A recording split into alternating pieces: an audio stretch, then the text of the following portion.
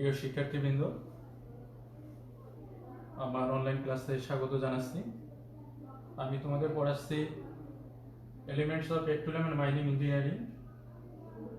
আজকে আমার সপ্তম ক্লাস।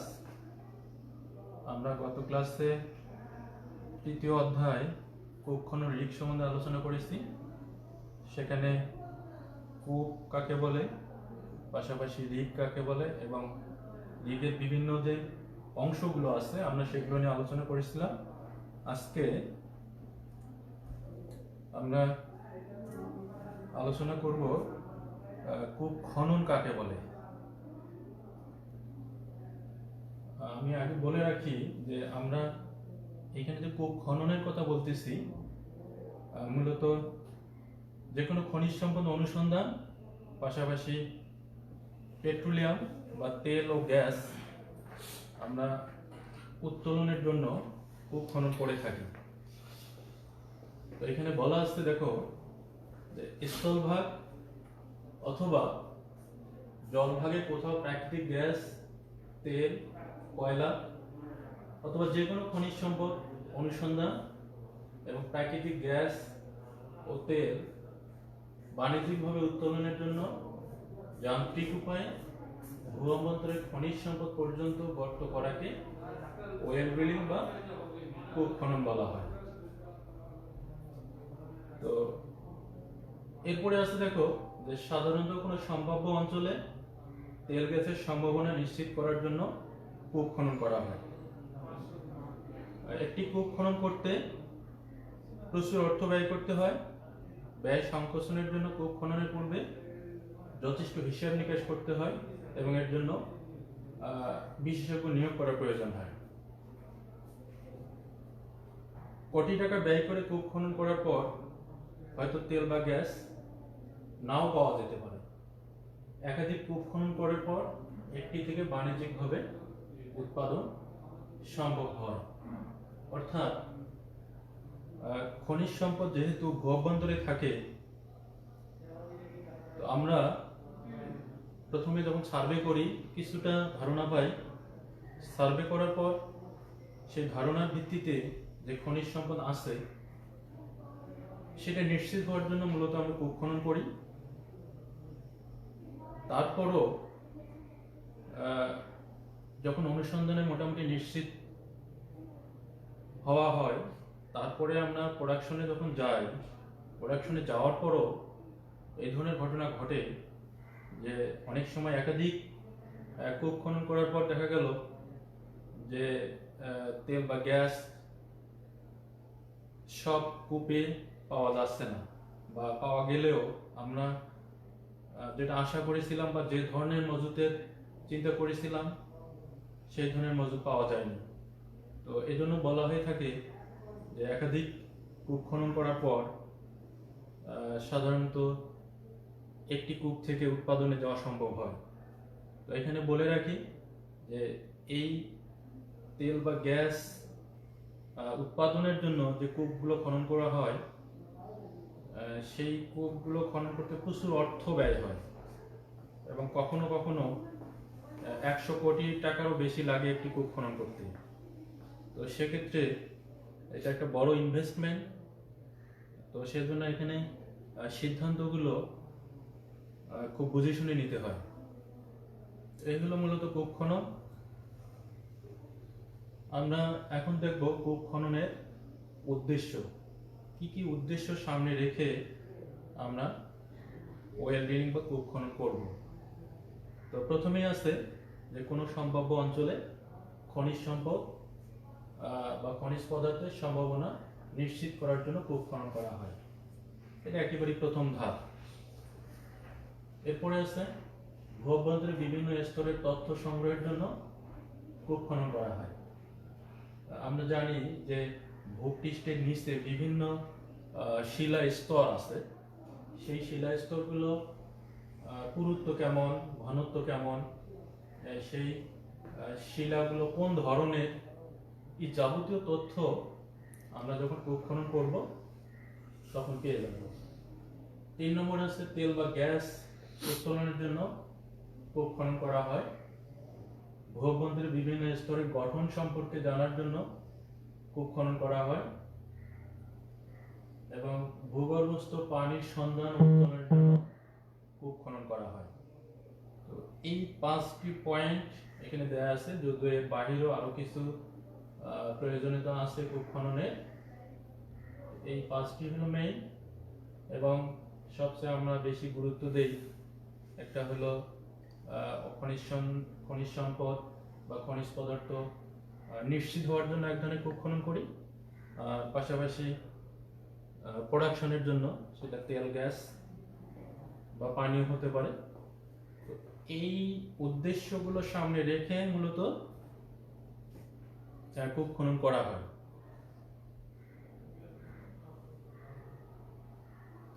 3.5 অনুচ্ছেদে আছে কূপ খনন পদ্ধতি।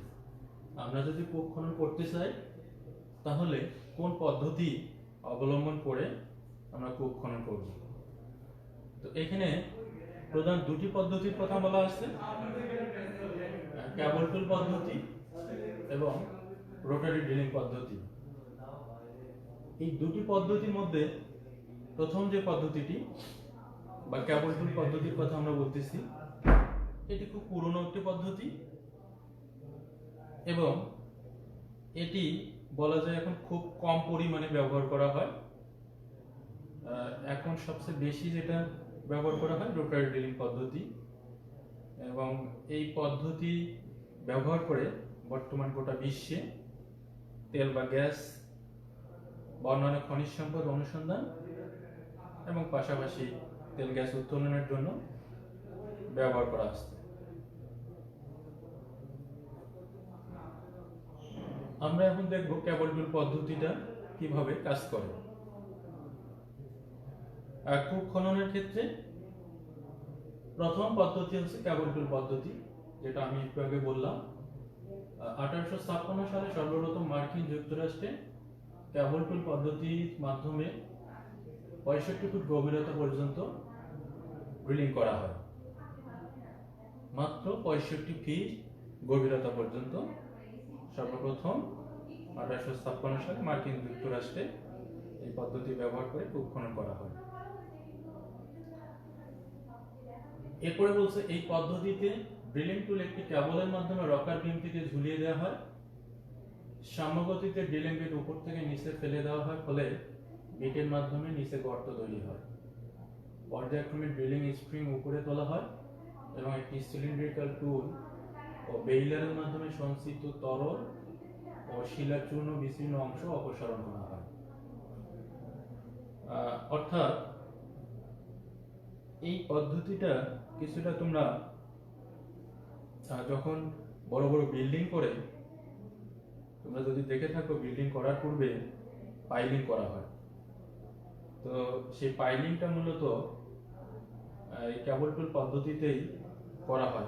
ওখানে যে ফাংশন সেটাই আমরা মূলত বলতেছি কেবল টুল। অর্থাৎ কেবল বা রশির সাহায্যে একটা ভারী বস্তু উপর থেকে ঝুলিয়ে দেওয়া হয় এবং আস্তে আস্তে উপর থেকে নিচে চাপ প্রয়োগ করে খনন করা হয়। ড্রিলিং পদ্ধতি পছন্দের জন্য প্রধান ফ্যাক্টর হলো আর্থিক ব্যয়। সাধারণত কম গভীরতার ড্রিলিং এর জন্য কেবল টুল পদ্ধতি ব্যবহার করা হয়। কেবল টুল পদ্ধতিতে ড্রিলিং করা কম ব্যয় সাপেক্ষ। আমি আগেই বলে রাখছি যে কূপ খনন করার জন্য কোটি কোটি টাকা লাগে। তো আমার যদি অল্প গভীরতায় কূপ খননের প্রয়োজন হয়, সেক্ষেত্রে আমরা এই কেবল টুল পদ্ধতি ব্যবহার করতে পারি, তাহলে খরচ অনেকটা কম লাগবে।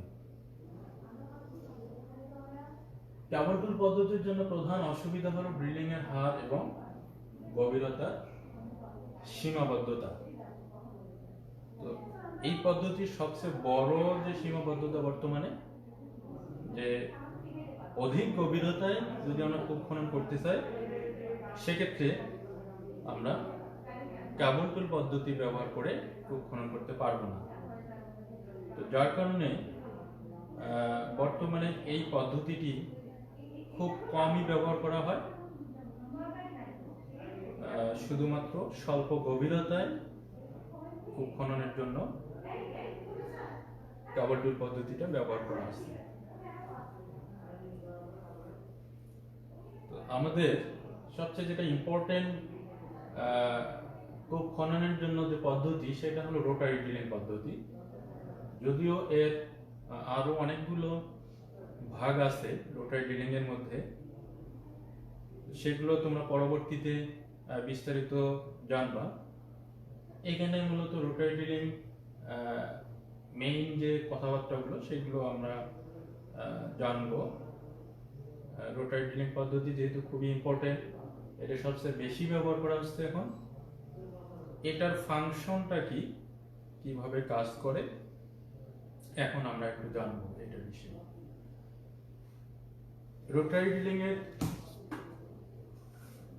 পদ্ধতিতে প্রথমে বলা আছে, দেখো রোটারি ড্রিলিং পদ্ধতিতে একটি ঘূর্ণায়মান পুলির সাথে লাগানো থাকে একটি পাইপ, যার বাহ্যিক 4 কোণ অথবা 6 কোণা হয়।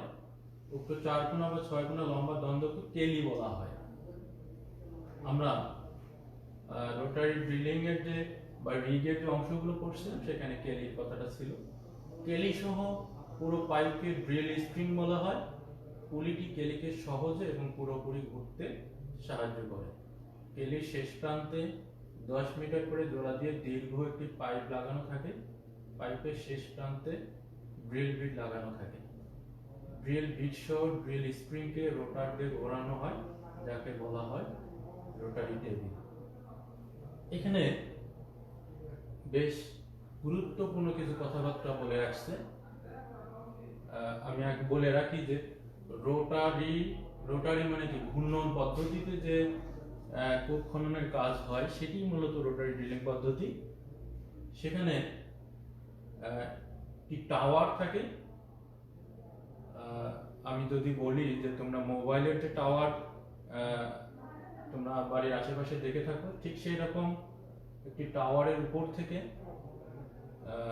পুলির মাধ্যমে, পুলি থাকে উপরে, সেখান থেকে রশি বা তারের মাধ্যমে উপর থেকে এই কেলি সহ যে ড্রিল স্ট্রিং বা ড্রিল পাইপ গুলো থাকে ঝুলানো থাকে, এবং ড্রিল পাইপের নিচে সাধারণত ড্রিল বিট থাকে। যখন পাইপটা ওই রোটারের মাধ্যমে ঘোরানো হয়, এভাবে যখন ঘোরে তখন ড্রিল বিট যে নিচে আছে সেই ড্রিল বিট কি করে আস্তে আস্তে নিচে কাটতে থাকে এবং অগ্রসর হয় নিচের দিকে। রোটারকে ঘোরানোর জন্য উচ্চ ক্ষমতা সম্পন্ন মোটর ব্যবহার করা হয়। আমরা যে পুরো ড্রিল স্ট্রিংটাকে অর্থাৎ ড্রিল পাইপ সহ সমস্ত বিষয়টাকে যে ঘোরাবো, এটার জন্য মূলত উচ্চ ক্ষমতা সম্পন্ন মোটর ব্যবহার করা হয়। পাইপ যখন ঘোরানো হয় তখন ড্রিল স্ট্রিং এর নিচের দিকে শেষে লাগানো ড্রিল বিট পাথরের মধ্যে ঘুরে ঘুরে গর্ত করে চলে। কি ধরনের পাথর কাটতে হবে তার উপর নির্ভর করে ড্রিল বিটের দৃঢ়তা ও গঠন। কূপের আকারের উপর নির্ভর করে বিটের আকার। শক্ত পাথর কাটতে হলে হিরো খচিত ডায়মন্ড বিট ব্যবহার করা হয়। তাহলে যখন রোটার দিয়ে ড্রিল স্ট্রিংটাকে ঘোরানো হবে, নিচে তো ড্রিল বিট লাগানো থাকে, সেই ড্রিল বিট কি করে আস্তে আস্তে কাটতে কাটতে নিচের দিকে অগ্রসর হয়। এখন আমরা যে কূপ খনন করব, এখানে একটা কথা আছে, কোন ফরমেশন, একটা কথা আছে। ফরমেশন অর্থাৎ কোন ধরনের শিলা স্তরের মধ্যে আমরা গর্তটা করব, সেটার উপর নির্ভর করে মূলত আমরা ড্রিল বিটটা নির্বাচন করি, অর্থাৎ যেটা দিয়ে কাটবো। এখন যদি শিলা স্তর খুব বেশি শক্ত হয় বা খুব হার্ড অ্যান্ড কমপ্যাক্ট হয়, তখন সাধারণত নর্মাল ড্রিল বিট দিয়ে খনন করা যায় না। সেক্ষেত্রে ডায়মন্ড ড্রিল বিট ইউজ করা হয়, যেটা একটু ব্যয়বহুল, তবে শক্ত ফরমেশনে কূপ খনন করার কাজে সেটার কোনো বিকল্প নেই। তাহলে শিলা স্তরের ভিন্নতার উপর ভিত্তি করে আমরা ড্রিল বিটটা নির্বাচন করব। আবার ড্রিল বিটেরও সাইজ আছে। কিরকম? আমরা কূপের ব্যাস কিরকম চাই? সাধারণত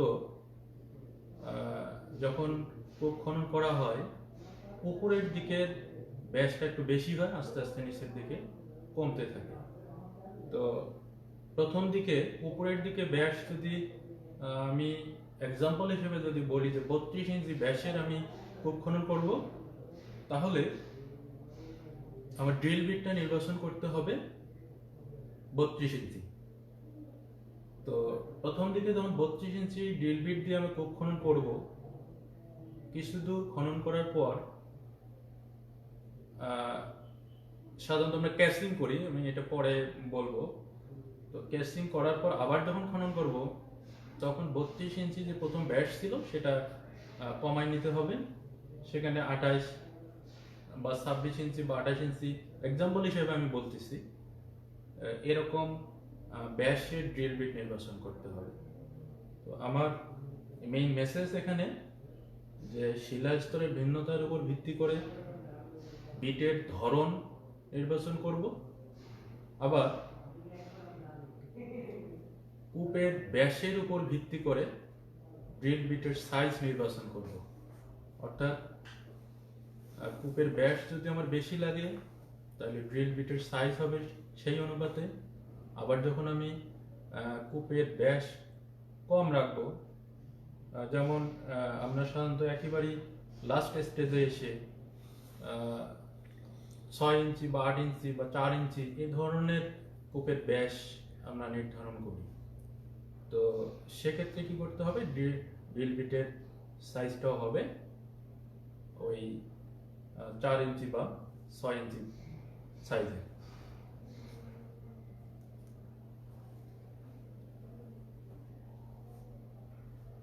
এরপরে আছে যে সমগ্র ড্রিলিং মেশিন কপিকল সহ একটি বিশাল কাঠামো, ইস্পাতের উঁচু খাঁচার মতো দেখতে, মাস্তুল বা টাওয়ার থেকে ঝুলতে থাকে। এই মাস্তুল বা টাওয়ারকে ডেরিক বলা হয়। এই ডেরিক সাধারণত 35 থেকে 50 মিটার উঁচু হয়, যা 50 থেকে 500 টন বা তার চেয়েও বেশি ওজন ধরে রাখতে সক্ষম। অর্থাৎ আমি একটু আগে যেটা বললাম যে এই ড্রিলিং রিগ তো বিশাল একটা কাঠামো, সেটা দেখতে অনেকটাই মোবাইল টাওয়ারের মতো এবং এর উচ্চতা 35 থেকে 50 মিটার, অর্থাৎ মোবাইল টাওয়ারের চেয়েও বেশি উঁচু হতে পারে। সেটাকে আমরা মাইনিং এর ভাষায় বলি ডেরিক।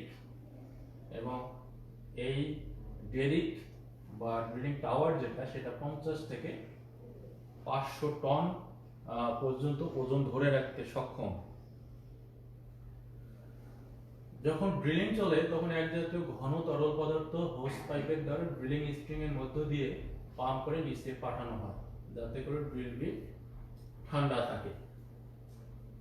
অর্থাৎ আমরা যখন ড্রিলিং কার্যক্রম শুরু করব, ড্রিল বিট যখন ঘুরতেছে, ঘুরতে ঘুরতে কাটতেছে, তো অনবরত যেহেতু ঘুরে ঘুরে কাটতেছে, সেক্ষেত্রে ড্রিল বিট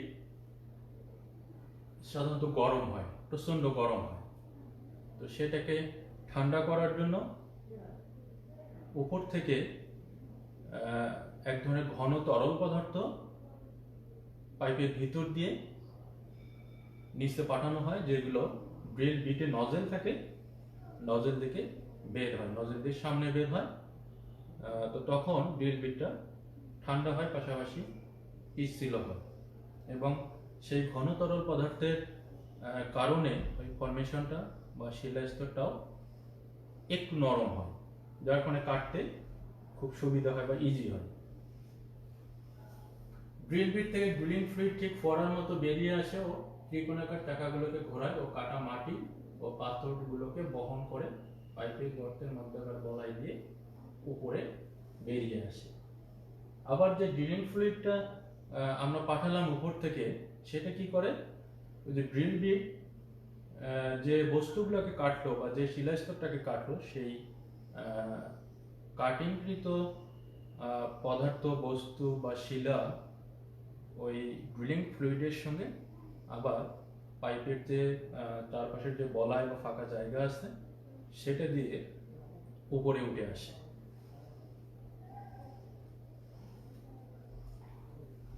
ফিরে আসার পর কাটা পাথরের টুকরাগুলো এক ধরনের যান্ত্রিক ছাঁকুনির সাহায্যে মাঠ থেকে আলাদা করা হয়। অর্থাৎ মাঠ বলতে যে ড্রিলিং ফ্লুইডটি আমরা নিচে পাঠিয়েছি সেটাকে বলতেছি। বেরিয়ে আসা পাথর টুকরাগুলো সংগ্রহ করে ভূতত্ত্ববিদরা লিথোলগ তৈরি করেন।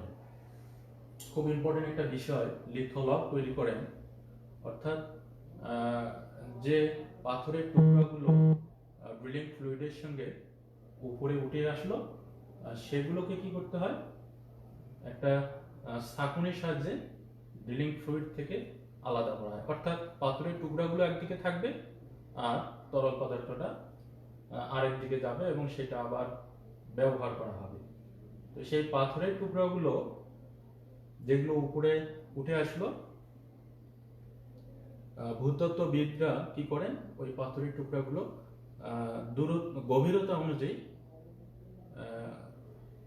একটা নির্দিষ্ট ইন্টারভেলে স্যাম্পল নিয়ে নিয়ে সাজায় রাখেন এবং সেটা পরবর্তীতে দেখে আমরা নিশ্চিত হই যে কত গভীরতায় কোন ধরনের শিলাস্তর আছে বা সেই শিলাস্তরের মধ্যে অন্য কোনো উপাদান আছে কিনা, এই বিষয়গুলো আমরা নিশ্চিত হই।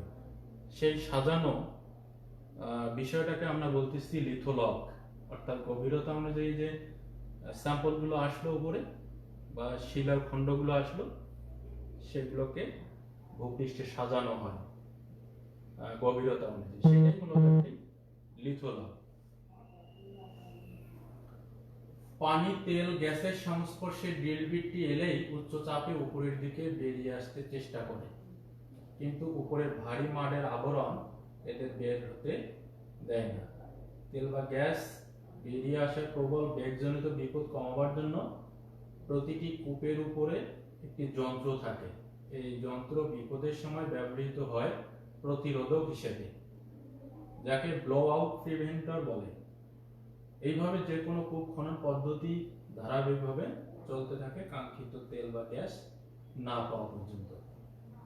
তো আমরা যে ড্রিলিং ফ্লুইডটির কথা বলতেছি, যে সেটি কি করতেছে, ড্রিল বিটকে ঠান্ডা করতেছে, পিচ্ছিল করতেছে, পাশাপাশি যে শিলা খণ্ডগুলোকে কাটলো সেগুলোকে উপরে উঠে নিয়ে আসার জন্য কাজ করতেছে।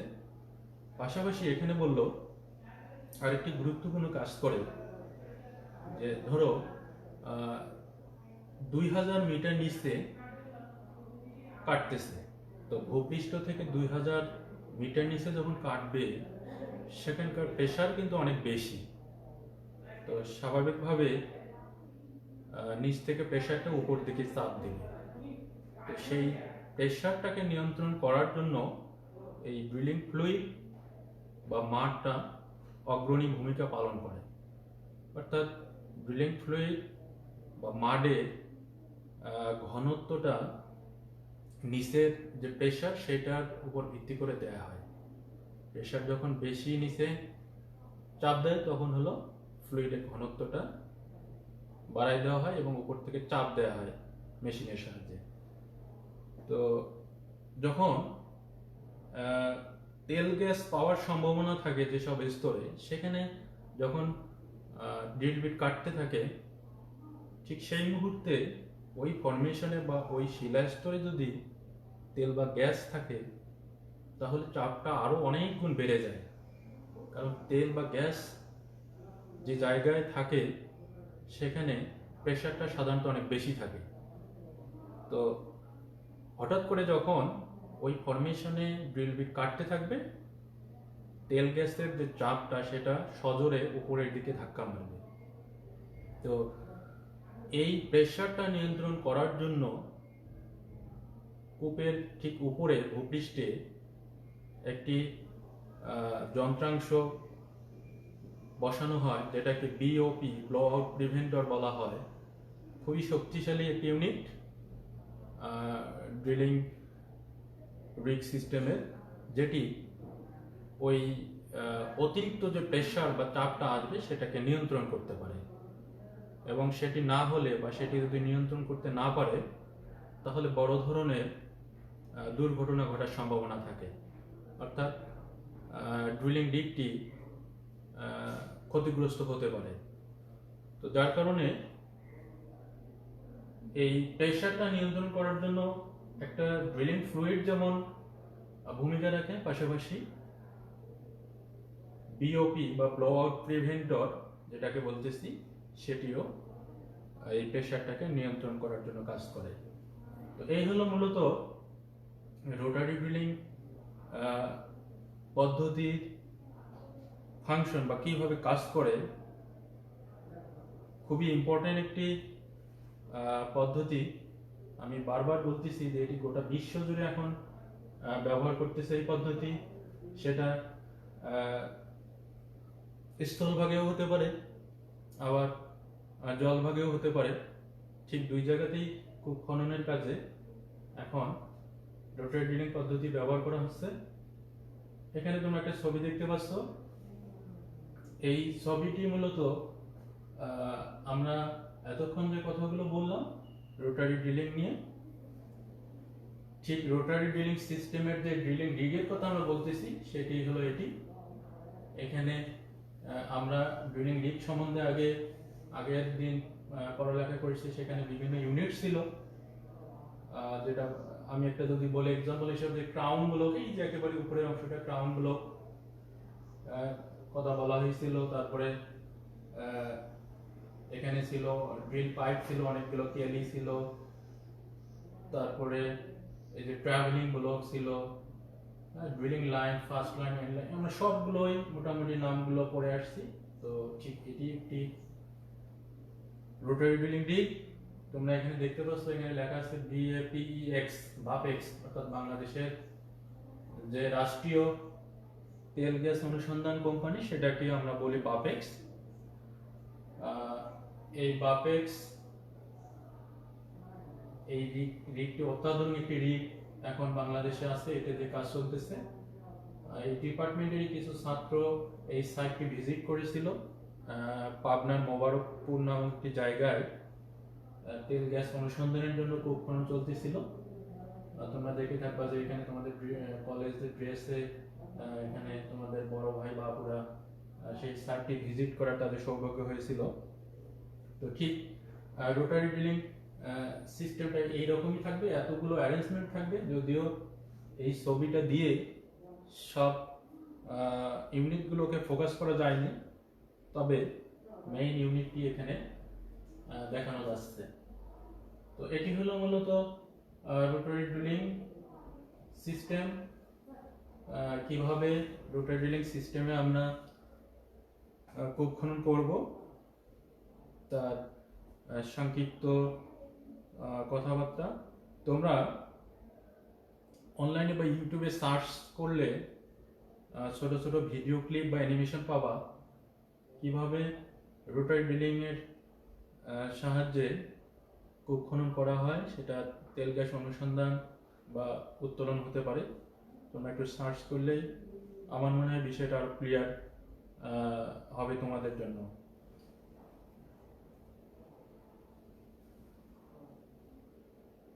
তো এরপরে আমি একটু বলে রাখি যে কূপ খনন কয়েকটি পর্যায়ে হয় সাধারণত, কারণ এই কূপগুলো সাধারণত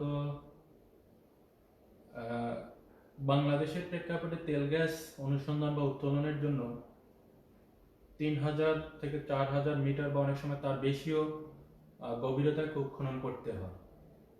তো 3000 বা 4000 বা তার বেশি গভীরতায় কূপ খনন যখন করব, তখন একবারই এত গভীরতায় কূপ খনন করা সম্ভব হয় না। তখন কি করতে হয়? ধাপে ধাপে কূপ খনন করতে হয়। সেই কথাবার্তাগুলো এখানে আছে। যে আমরা কিভাবে ধাপে ধাপে কূপ খনন করব। কূপ খনন বেশ কয়েকটি পর্যায়ের মাধ্যমে সম্পন্ন হয়। প্রতিটি পর্যায়ে বিভিন্ন ধরনের ক্যাসিং স্প্রিং স্থাপনের মাধ্যমে সম্পন্ন হয়। যখন একটি পর্যায় শেষ হয় তখন আরেকটি ক্যাসিং স্থাপন করা হয়। এখানে একটা কথা বলা আছে, ক্যাসিং স্প্রিং বা ক্যাসিং খুব ইম্পর্টেন্ট একটি ইউনিট। কূপ খনন করার পর ধরো যে 100 মিটার আমরা কূপ খনন করছি, ঠিক 100 মিটার কূপ খনন করার পর আরো যদি গভীরতায় কূপ খনন করতে চাই তখন কি হবে, কূপের চারপাশের যে দেয়াল আছে সেখান থেকে কিন্তু ভেঙে ভেঙে কূপে পড়তে পারে। 100 মিটার তো কম গভীরতা না। তো সেক্ষেত্রে করা হয় কি, সেই সমস্যাগুলো প্রতিরোধ করার জন্য আমরা একটি নির্দিষ্ট গভীরতায় কূপ খনন করার পর এক ধরনের দৃঢ় পাইপ বা সলিড পাইপ কূপে বসায় নেই আগে, যেটাকে আমরা বলতেছি ক্যাসিং। তোমরা যদি ডিপ টিউবওয়েলের বোরিং করা দেখে থাকো, ডিপ টিউবওয়েলে তো সাধারণত অধিক ব্যাসের পাইপ বসানো হয়, ঠিক ওই ধরনের স্টিলের শক্তিশালী পাইপ সাধারণত বসানো হয় নির্দিষ্ট গভীরতা পর্যন্ত কূপ খনন করার পর। তো সেই পাইপটাকেই আমরা মূলত বলতেছি ক্যাসিং। তো ক্যাসিং যখন বসানো হয় তখন একটি পর্যায় শেষ হয়ে যায়। ক্যাসিং বসানো হয়ে গেলে ফরমেশন এবং ক্যাসিং এর মাঝে যে ফাঁকা জায়গা থাকে তা সিমেন্টের মাধ্যমে বন্ধ করে দেওয়া হয়। এর ফলে ফরমেশনের দৃঢ়তা বৃদ্ধি পায়। তো ক্যাসিং বসানোর পর কি করতে হয়, ক্যাসিং এবং ফরমেশনের মাঝখানে যে ফাঁকা জায়গা, ফরমেশন বলতে শিলা স্তর সমূহের কথা বলতেছি আমি, সেই ফাঁকা জায়গাটি খুব উন্নত মানের সিমেন্ট দিয়ে সাধারণত ভরাট করে দেওয়া হয়, যার কারণে খুব শক্তিশালী হয়ে জমাট বাঁধে। সিমেন্ট দেওয়ার পর কিছু সময় অপেক্ষা করতে হয়। সিমেন্ট জমাট বাঁধার পর পুনরায় গর্ত করার জন্য বিট নির্বাচন করা হয়। যে ক্যাসিং এর মধ্য দিয়ে প্রবেশ করবে বিট তার চেয়ে ছোট হবে। ধরো আমরা 100 মিটার ক্যাসিং করলাম, 100 মিটার ক্যাসিং করার পর আবার যখন খনন করতে যাব তখন 100 মিটারের জন্য যে বিট ছিল আগে তার চেয়ে কম ব্যাসের বিট আমাকে নির্বাচন করতে হবে পরের ধাপে যাওয়ার জন্য। তো এভাবে সাধারণত ক্যাসিং এর নিচে কিছু সিমেন্ট জমাট বাঁধে, যা ড্রিল করে অপসারণ করা হয়। এভাবে কূপ খনন কয়েকটি পর্যায়ে সমাপ্ত করা হয়। কূপ খনন চলাকালে বিভিন্ন ধরনের সমস্যার সৃষ্টি হতে পারে, যেমন ফরমেশন ফ্লুইডের প্রবাহ, গর্তের বিস্তৃতি, ইকুইপমেন্ট ফেইলিওর ইত্যাদি। কূপ খনন আমি একটু আগে তোমাদের যেটা দেখাইলাম যে পাবনার মোবারকপুরের একটি সাইটে আমরা ছাত্রদের দেখানোর সুযোগ করেছিলাম, সেটি মূলত শেষ পর্যন্ত সাকসেসফুলি শেষ করতে পারিনি। ওই কূপটি শেষ পর্যন্ত টার্গেট যে গভীরতা বা ডেপথ সেই পর্যন্ত যেতে পারেনি। সেখানে এই ধরনের ইকুইপমেন্ট ফেইলিওর, এই যে একটা কথা আছে, সাধারণত ড্রিল পাইপ ভেঙে যাওয়ার কারণে পুরো গভীরতা পর্যন্ত সাধারণত খনন করা সম্ভব হয়নি। তো এই ধরনের ঘটনা ঘটে খনন করতে গিয়ে। এছাড়া ড্রিলিং চলাকালে নির্দিষ্ট সময় পর পর ডিরেকশনাল সার্ভে করা হয়। এই সার্ভে সাধারণত 100 মিটার পর পর করা হয়। এই সার্ভে করার জন্য তারের মাধ্যমে একটি যন্ত্র কূপের নিচে প্রবেশ করানো হয়, যাকে ডিরেকশনাল সার্ভে টুলস বলা হয়। আমরা যদি 3000 মিটার পর্যন্ত কূপ খনন করি, তো এটি 3000 বা 3 কিলোমিটার গভীরতা কিন্তু অনেক বেশি। তো এই 3000 মিটার যখন আমি ভার্টিক্যাল একটা কূপ খনন করব, সেক্ষেত্রে গর্তটা ভার্টিক্যাল হচ্ছে কিনা বা সেখান থেকে বিচ্যুতি হচ্ছে কিনা সেটা প্রতিনিয়ত পরীক্ষা করা হয়। সেটাকে সাধারণত বলা হয় ডিরেকশনাল সার্ভে। এক ধরনের যন্ত্র তারের মাধ্যমে নিচে নামানো হয়। সেই কূপ যদি কোনো দিকে একটু বাঁকা থাকে, সেই ডিরেকশনাল সার্ভের মাধ্যমে আমরা সেটি জানতে পারব, বা ডিরেকশনাল সার্ভের মাধ্যমেই আমরা মূলত কূপটি একেবারে ভার্টিক্যাল ভাবে তৈরি করি। তো এই হলো মূলত কূপ খননের যে ধাপ বা পর্যায়, কয়েকটি ধাপে বা কিভাবে আমরা ধাপে ধাপে কূপটা খনন করব সেটির কথাবার্তা। তো এই টপিকটি দিয়েই মূলত আমি কূপ খনন রিগ যে অধ্যায়, তৃতীয় অধ্যায় আমি শেষ করব। আমি জানি না তোমরা এই কূপ খনন রিগ অধ্যায়ে আমি যে টপিকগুলো আলোচনা গত দিন বা আজকে করলাম তোমরা কতটুকু বুঝতে পারছো। তেল গ্যাস অনুসন্ধান বা অন্যান্য খনিজ সম্পদ অনুসন্ধান এবং তেল গ্যাস উত্তোলনের জন্য এই অধ্যায়টি খুবই গুরুত্বপূর্ণ, কারণ আমরা যে পদ্ধতিতে বা যে প্রক্রিয়ায় অনুসন্ধান বা উত্তোলন করব তেল গ্যাস, সেই বিষয়গুলো আমি এখানে আলোচনা করছি। আমি জানি না তোমরা কতটুকু বুঝতে পারছো, তারপরও বলি,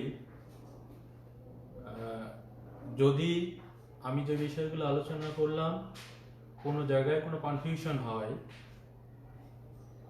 তোমরা আমাকে জানাবা। এমএমএসটি ফার্স্ট সেমিস্টার বিপিআই যে গ্রুপটি আছে, মেসেঞ্জার গ্রুপটি, সেখানে তোমরা কমেন্ট করে জানাতে পারো। তাহলে আমি চেষ্টা করব সেই অংশটা আরো ভালো করে বোঝানোর জন্য। আমি 3 অধ্যায়ের সফট কপি তোমাদের দিয়ে রাখছি গ্রুপে।